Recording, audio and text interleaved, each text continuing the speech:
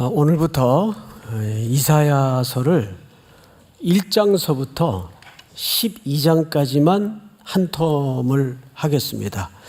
이사야서 대목에 들어가서 다들 그러더라고요. 왜 하필 성교 기간에 이렇게 양을 많이 배분을 해서 대만 까오슝 공항에서 우리 청년들을 마중하려고 서 있는데 몇 청년이 다가와서 목사님 저 일독 폭망했어요 그래요. 네. 이사야서부터 진도가 안 나간대요. 그러나 방금 광고 드린 것처럼 우리에게는 패자부활절이 있습니다. 또 못 읽은 부분은 그냥 스킵하세요. 그리고 그날 분량을 계속 쫓아가다 보면 못 읽은 부분은 부활전 때 읽으면 됩니다. 이사야서가 모두 몇 장으로 구성되어 있죠? 66장입니다. 66장. 그러고 보니까 숫자만으로 놓고 볼 때는 성경이 모두 몇 권입니까? 66권이죠. 같아요. 근데 신기하게도 이게 의도한 건 아닌 것 같은데 구조 자체도 똑같아요. 우리 성경은 66권 중에 39권이 구약입니다. 구약은 결국 율법으로서 우리가 심판 아래 놓일 수밖에 없다는 것을 전체 드러내는 책이 구약 성경입니다. 그리고 이제 신약은 27권으로서 모두가 그래서 예수 그리스도께서 오셔서 우리를 구원하실 것이다. 그러니까 심판과 뭐죠? 구원의 굵은 주제가 담아진 책이 성경책입니다. 그런데 놀랍게도 이사야라는 책도 똑같은 구조로 되어 있어요. 1장서부터 39장까지가 전부 심판에 관한, 유다에 대한 심판, 북이스라엘에 대한 심판, 열방에 대한 심판, 이게 심판으로 구성되어 있고, 이제 40장서부터 마지막 장까지는 결국 하나님이 그 가운데에서 이 백성들을 어떻게 건져내시고 회복시키고 소망으로 이끌 것인가, 이 큰 주제로 성경과 똑같은 패턴으로 이사야서가 쓰여져 있습니다.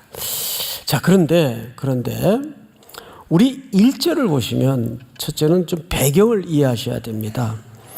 유다 왕, 유다 왕 우시야, 요담, 아스와 히스기야 시대에 그러고 보니까 이 시대를 걸쳐 이사야 선지자는 활동을 했어요. 그러니까 어마어마한 역사를 함께 했던 선지자 중에 하나입니다.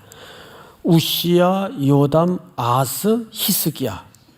자, 그런데 성경을 보시면 시대에 누구의 아들로 되어 있습니까?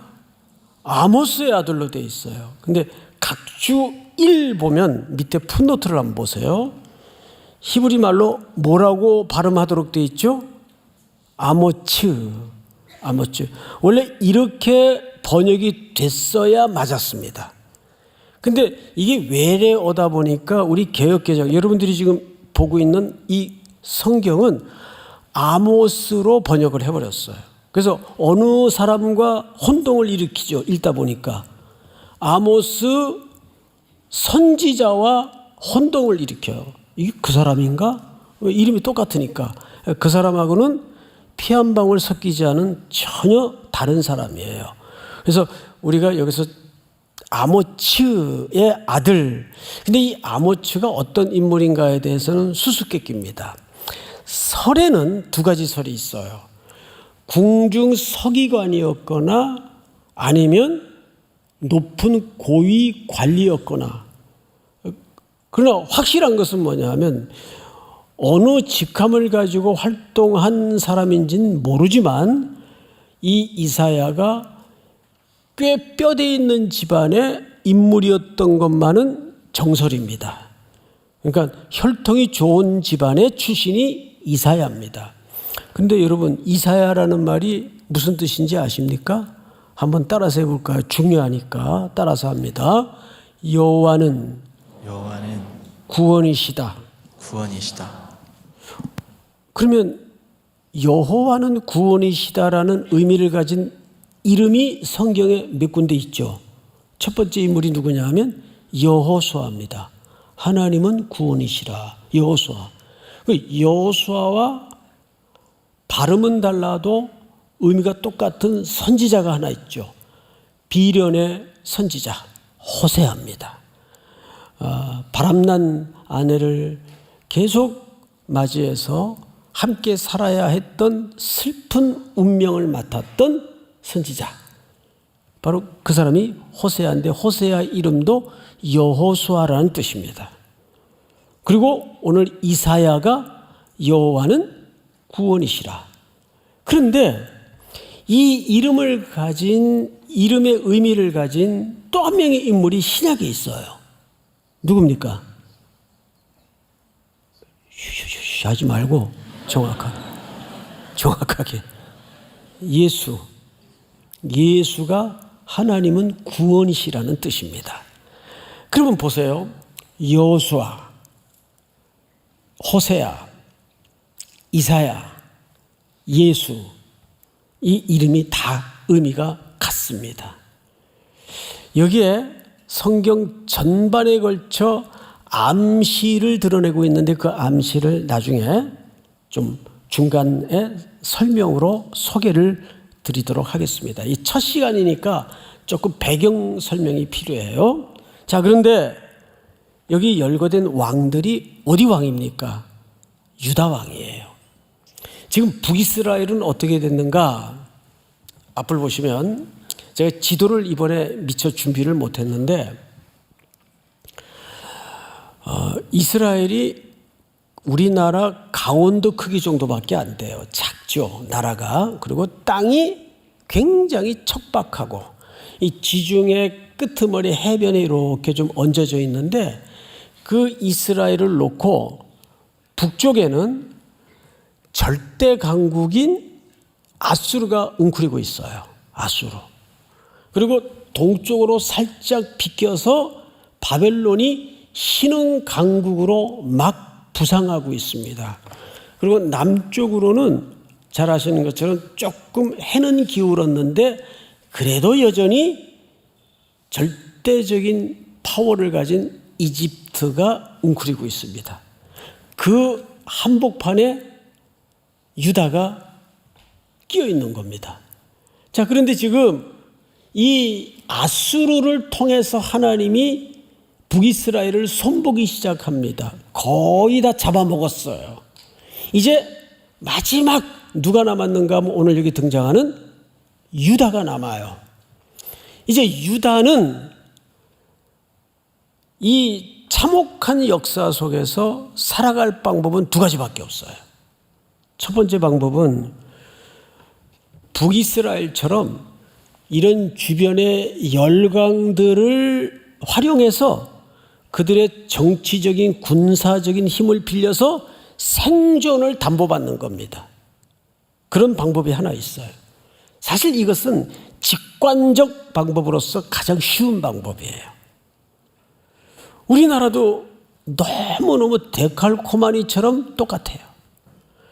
이 반도의 국가, 그것도 허리가 나누어진 이 조그만 땅덩어리에 우리는 위로는 북한, 더 위로는 북한을 쥐락펴락하고 있는 종주국에 가까운 거대한 중국이 웅크리고 있어요.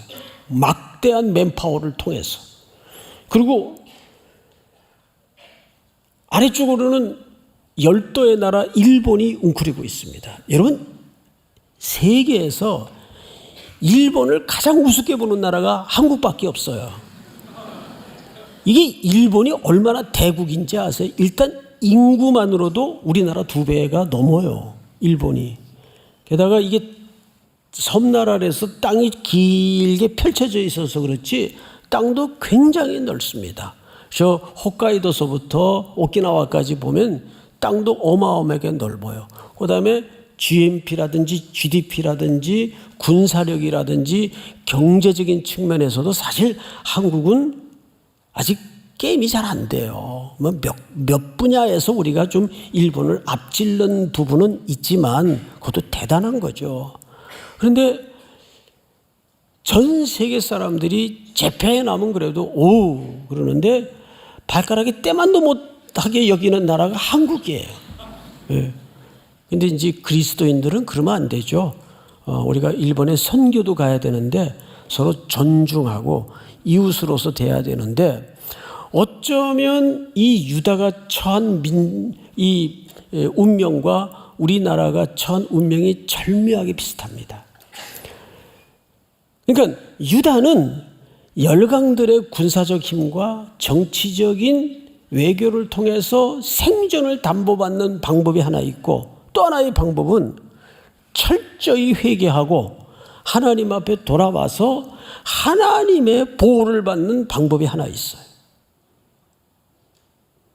자, 그 기로에 선 유다를 향해서 이사야가 뭘 본 겁니다. 자, 1절을 볼까요? 이렇게 돼 있어요. 아모스의 아들 이사야가 유다와 예루살렘에 관하여 본 뭐라고 돼 있어요? 계시라. 그런데 여기에 계시라는 말이 중요하지 않고 계시 속에는 이상도 있을 수 있고 환상도 있을 수 있어요. 그러니까 어느 개념이 더 큰 개념이죠?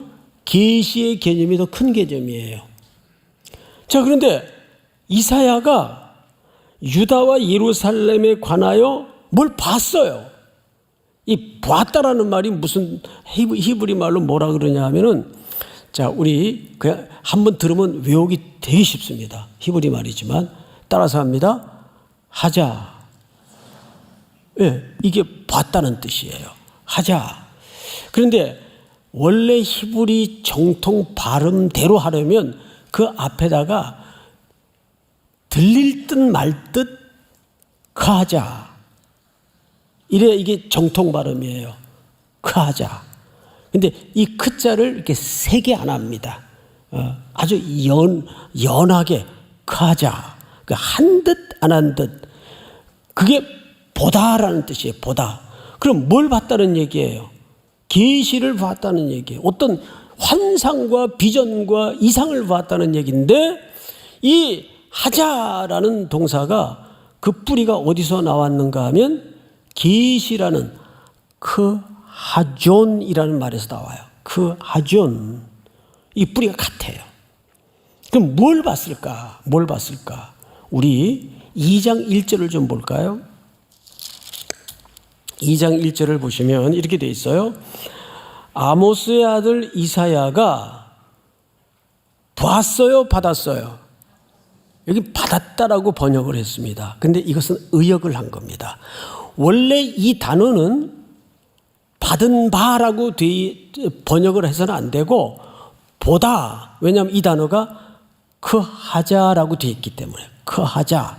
그러니까 이것은 말씀을 본 거지 말씀을 받은 건 아니에요. 근데 의역을 한 거예요. 왜 의역을 했을까요? 생각을 해보세요. 어느 게 더 우리 인간의 이해 속에 자연스러운 표현일까 한번 생각해 보세요. 말씀을 보았다. 이때는 말씀을 일반 백성들이 읽고 볼 수가 있는 성경이 없었단 말이에요. 예? 자, 그런데 그런 시대에 말씀을 보았다. 말씀을 받았다. 어느 게 자연스러워요? 아무 생각 없어요? 말씀을 받았다라는 말이 훨씬 자연스럽죠? 누가 말씀을 어떻게 봐요? 근데 성경은 정확하게 말씀을 보았다라고 말하는 게 정확합니다. 1절을 다시 보세요. 2장 1절.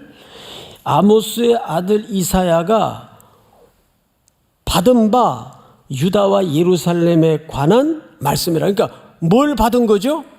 말씀을 받은 거예요. 근데 원래 받았다는 번역이 아니라 뭐가 옳은 거라고요? 보았다라고 말하는 게 옳은 번역이라고요. 그러면 뭐 받은 거나 본 거나 의미는 같은 거 아닐까? 아니죠. 이거를 제가 유독 이 서론 시간에 강조하는 이유가 있어요. 두 가지 이유가 있어요.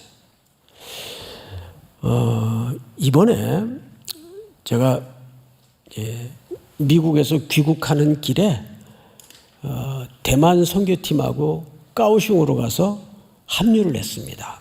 그래서 오랜만에 우리 현혜옥 선교사님도 만나고 또 타이베이에서 우리 박미진 선교사님도 내려오셔서 또 만나고 이런저런 대화를 하는 가운데 지금 대만은 굉장히 불안해 있어요.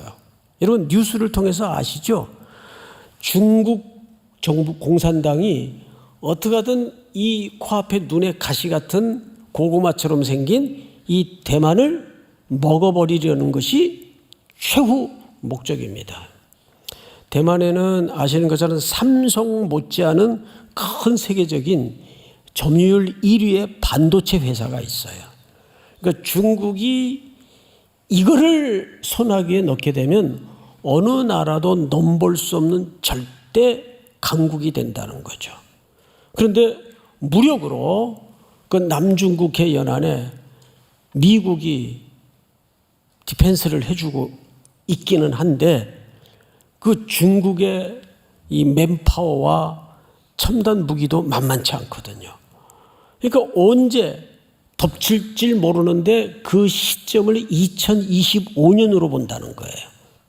군사학자들이나 정치학자들은. 왜냐하면 2025년이 미국의 대통령 선거와 맞물리고 또 공산당 시진핑 정부가 입지가 취약해지다 보니까 뭔가 하나 자꾸 건수를 지금 만들려고 하는데 결국 이 대만 문제예요.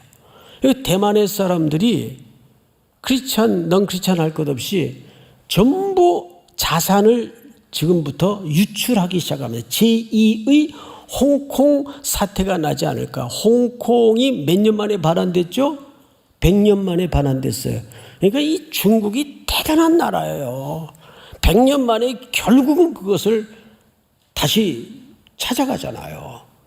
그 마지막 영국 제독이 항구에서 배로 거수 경례를 하고 100년 만에 떠나는 그 장면을 뉴스로 보면서 제가 이야 참 역사도 무섭지만 이 중국이라는 나라가 이 대단한 나라구나. 그러니까 세상의 중심 아니에요. 가운데 아니에요. 가운데 중자 아니에요. 그래서 가운데 중자를 씁니다. 세상의 중심이라는 뜻이죠. 어딜 가도 이 차이나타운이 어느 나라에든 있잖아요. 한국에도 인천에 차이나타운이 있죠. 자, 그래서 지금 대만 사람들은 너무 불안하니까 자꾸 이 유출을 시키는 거예요. 어디로 그럼 많이 빠져나갑니까? 그랬더니 인구는 적은데 땅덩어리가 무지하게 넓은 나라가 하나 있대요. 어느 나라일까요? 호주입니다. 호주는 인구가 2,000몇만 밖에 안 돼요. 근데 땅은 어마어마하게 넓습니다. 근로 재산이라든지 인구가 계속 빠져나가는 거예요. 자, 이런 걸 모두 보면 이걸 경제적으로도 해석할 수 있고 이거를 정치적으로도 군사적으로도 각 분야의 전문가들이 이런저런 분석과 데이터를 내놔요. 또 이번에 미국에 2주 머물면서 거기 선교사님들이 머무는 숙소에 한 주간 같이 있었습니다.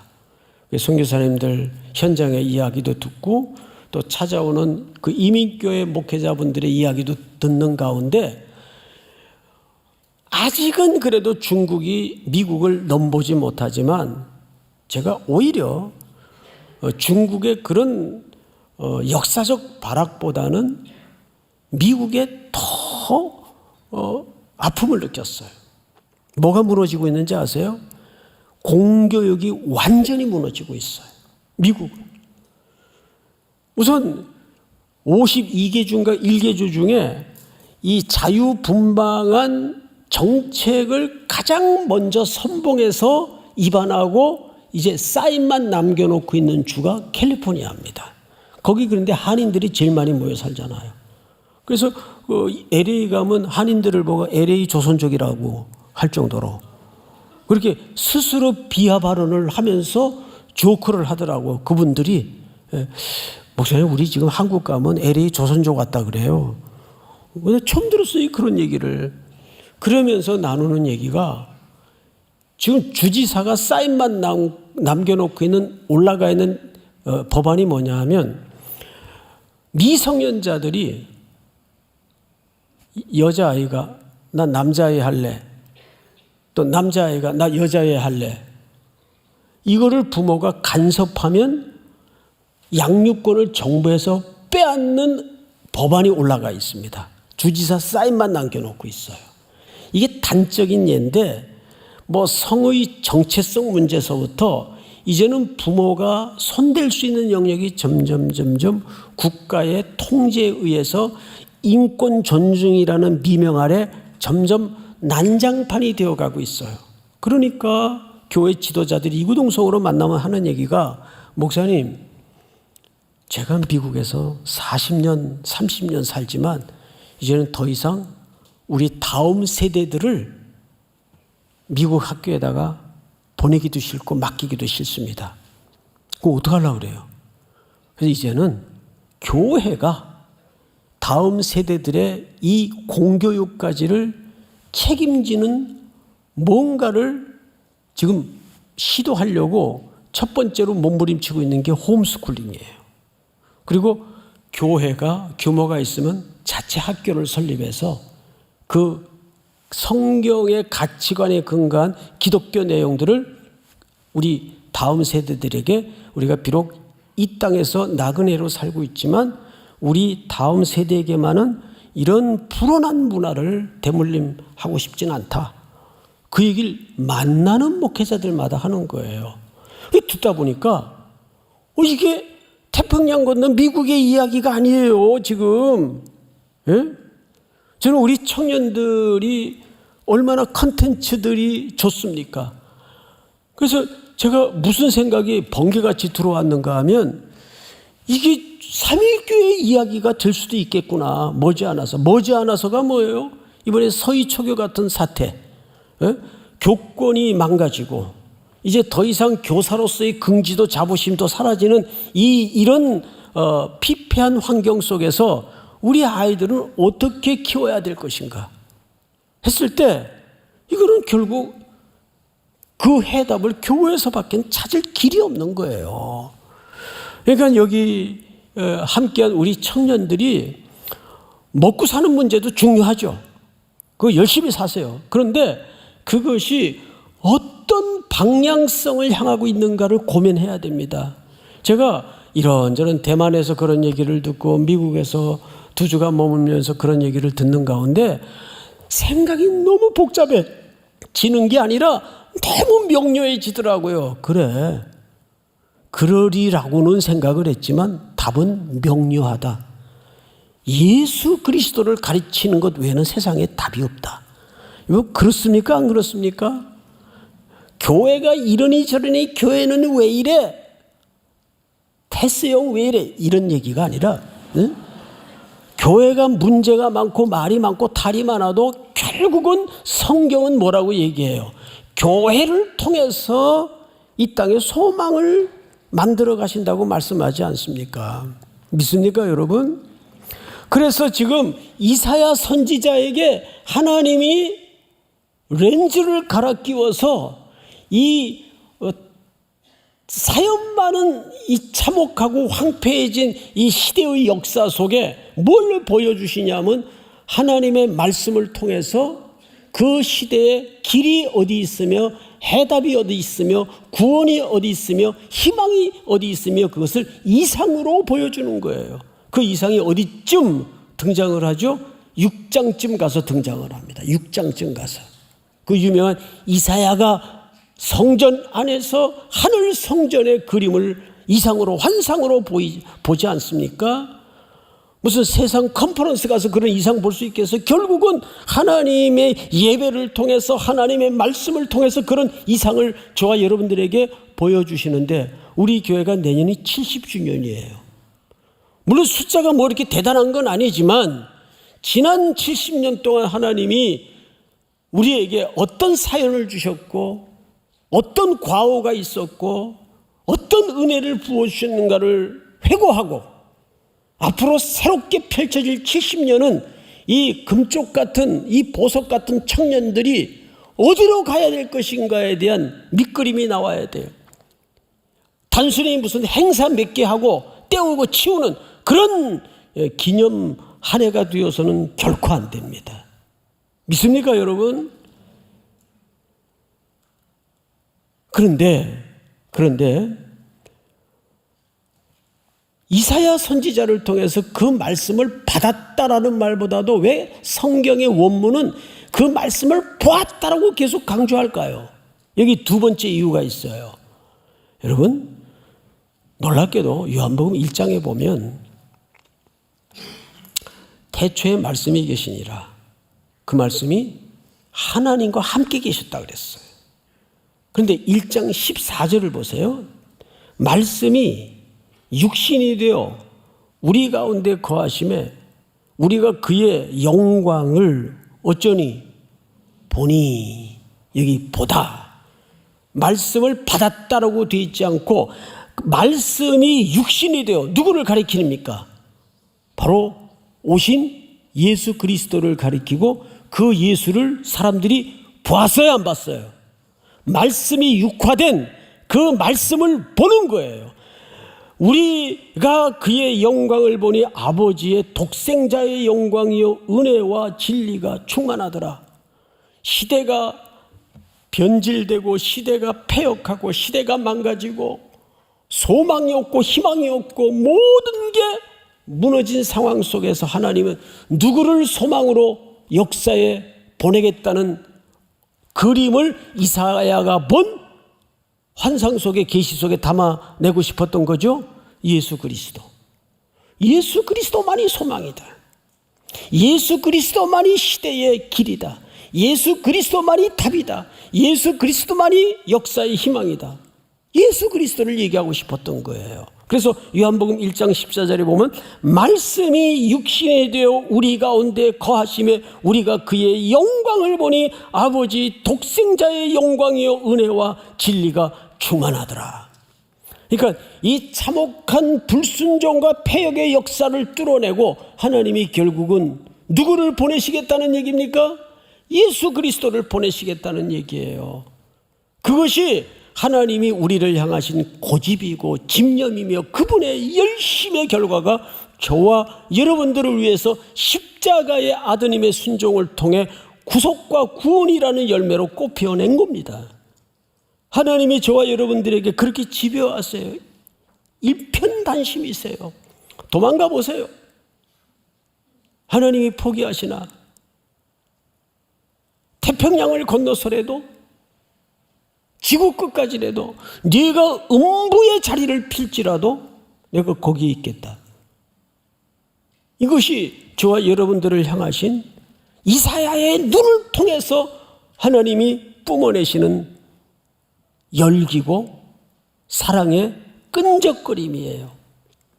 여러분 2절을 한번 볼까요? 1장 2절 보시면 이렇게 되어 있어요. 하늘이여 들으라, 땅이여 귀를 기울이라. 하늘이 어떻게 들어요? 땅은 어떻게 귀를 기울여요? 자, 앞을 보실까요? 이사야서는 길지만 전부 문학적 작품이에요. 시적인 표현이 굉장히 많습니다. 그래서 이 이사야서는 이렇게 쭉 옆으로 그냥 쭉쭉 썼기 때문에 그 문학적 장르를 다 무시하고 성경이 쓰여져서 아쉬움이 좀 있습니다. 근데 이것은 뭐 우리도 그런 표현을 쓰죠. 꽃들이 노래하고. 제가 좀 몸이 아파서 제주도에 한번 좀 며칠 휴양 겸 요양을 간 적이 있어요. 그 한라산 언덕을 이렇게 혼자서 아픈 몸을 끌고 터벅터벅 올라가는데 거기에 이 갈대들이 바람에 날리면서 이렇게 불어요. 갈대들이. 근데 그 갈대가 흔들리는 걸 보면서 제가 잘 안 우는데 눈물이 왈칵 쏟아졌어요. 그래서 그때 써놓은 글이 있어요. 물론 다 잊어먹었지만 딱 한 문장이 남아요. 그래도 너는 나를 반가이 환영하는구나. 갈대가 무슨 환영을 해요. 근데 제 심정을 그렇게 문학적 표현을 쓴 거죠. 예? 갈대 너는 그래도 나를 환영하는구나. 그러니까 이 성경의 모든 이야기들이 문학적 장르로 써져 있는데 뭐를 소환했죠? 피조물 가운데 하늘을 소환하고 땅을 소환했어요. 우리도 뭐라 그래요? 야야 하늘이 알고 땅이 안다. 그러면 전 세상이 다 안다 그 말 아니에요. 그러니까 지금 뭔가 하나님이 격한 감정을 담아서 문학적 표현을 통해 두 피조 세계를 소환합니다. 하늘이여 들으라 땅이여 귀를 기울이라. 이 두 매개체는 왜 소환했을까요? 이유가 있어요. 신명기를 한번 띄워주실까요?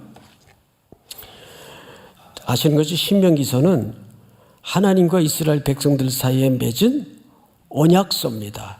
시내산에서 맺은 언약서를 가나안 들어가기 전에 다시 반복하여 기록한 책이죠. 자 보세요. 너희 지파 모든 장로와 관리들을 내 앞에 모으라. 내가 이 말씀을 그들의 귀에 들려주고 그들에게 하늘과 땅을 뭐로 삼으리라? 그러니까 하늘과 땅은 여기 뭘로 소환돼요? 증인으로 소환돼요. 하늘이 알고 땅이 아는 거예요. 뭐를? 이스라엘 백성과 하나님 사이에 맺은 언약을 하늘도 알고 땅이 알아요. 이 두 매개체가 증인으로 지금 소환되고 있단 말이에요. 자, 다시 오늘 본문으로 돌아가서 2절을 잘 보세요. 하늘이여 들으라 땅이여 귀를 기울이라. 여호와께서 말씀하시기를 내가 자식을 양육하였거늘 그들이 나를 거역하였도다. 여러분, 거역이라는 개념은 홀로 하는 개념입니까? 상대가 있는 관계 개념입니까? 이건 관계 개념이잖아요. 누구와? 즉 여기 자식이라는 표현이 등장하는 걸로 봐서 하나님이 누구로 소개되죠? 아버지예요. 이스라엘 백성들은 여기서 누구로 소환됩니까? 자식으로 소환되는 거예요. 아버지와 자식이 약속을 했어요. 그런데 이 자식놈들이 아버지를 완전히 개 발싸개만도 못하게 취급도 안 하고 무시하고 만홀히 여기는 패악을 저질렀단 말이에요. 뭘 깬 거예요? 뭘 깬 겁니까? 거역했다는 표현으로 봐서 언약을 깨버린 겁니다. 언약이 깨진 거예요. 근데 그 강도를 한번 보십시다. 3절. 소는 그 임자를 알고, 이것도 다 문학적인 표현이죠.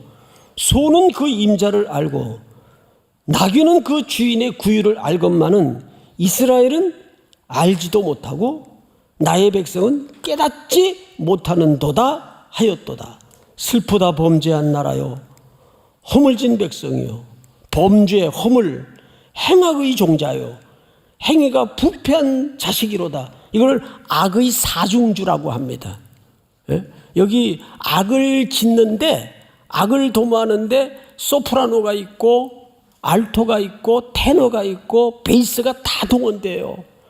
고루고루 악을 구석구석 교향곡을 만들어서 지어내는 거예요. 이거를 악의 사중주라고도 표현을 해. 자, 그런데 보세요. 그들이 여호와를 버리며 이스라엘의 거룩하신 일을 만홀히 여겨 멀리하고 물러갔도다. 너희가 어찌 매를 더 맞으려고 패역을 거듭하느냐. 온 머리는 병들었고 온 마음은 피곤하였으며. 물어봅시다. 여러분, 이 표현으로 보아서 하나님은 이스라엘 백성들에게 여지와 기회를 주었다는 얘기입니까? 지금 처음 하는 얘기입니까? 여지와 기회를 수없이 선지자들을 보내서 그렇게 하면 안 돼, 그리로 가면 안 돼, 이러다 다 죽어. 그것도 안 되니까 때리기도 머리끝부터 발끝까지 아주 성한데가 더 때릴 자국이 안 남겨 스페이스가 없을 정도로 때렸는데도 말을 안 들어요. 저는 이 본문을 읽다가 제 어릴 적 생각이 났어요. 저희 어머님이 아버지 8살 때 돌아가시고 나서 네 남매가 남았는데 평생 과부집 새끼들 소리 안 듣게 한다고 엄하게 무섭게 키웠어요. 그런데 제일 자주 소환됐던 인물이 저하고 제 1살 많은 누나였어요. 이 연년생이다 보니까 너무 자주 싸웠어요. 한 번도 자라면서 누나라고 부른 적이 없어요. 혜수가. 항상. 이름 얘기하면 안 되는데. 얘하고 이렇게 싸웠어요. 정말 마음과 뜻과 정성을 다해 싸웠어요. 그래서 이제 어머니가 화가 나가지고 매를 들고 들어오세요. 그러면 이 혜숙이는 어머 잘못했어요. 잘못했어요.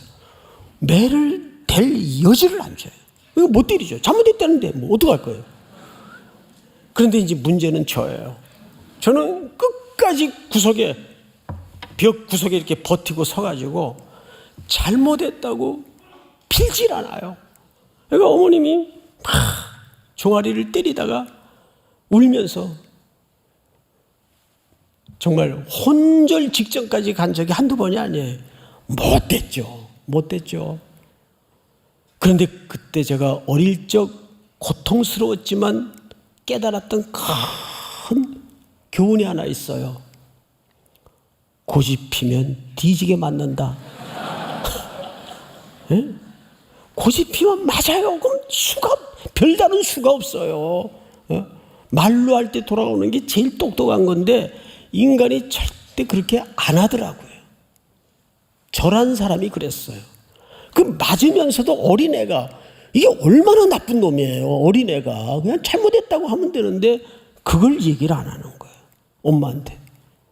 엄마는 때리다 지쳐가지고 한 번만 잘못했다고 사정을 하는데도 그걸 얘기를 안 하는 거예요.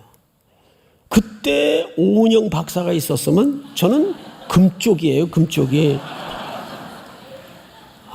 제가 돌아보면 참 죄송해요. 어머니한테.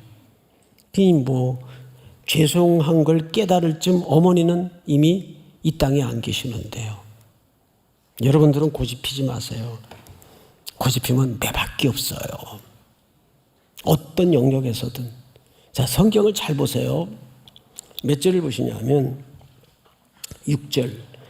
발바닥에서 머리까지 성한 곳이 없이 상한 곳과 터진 곳과 새로 맞은 흔적뿐이거늘 그것을 짜며 싸매며 기름으로 부드럽게 함을 받지 못하였도다. 하나님이 기회를 줬다는 얘기입니까?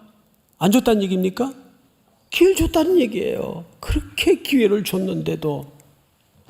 8절 중요한 얘기입니다.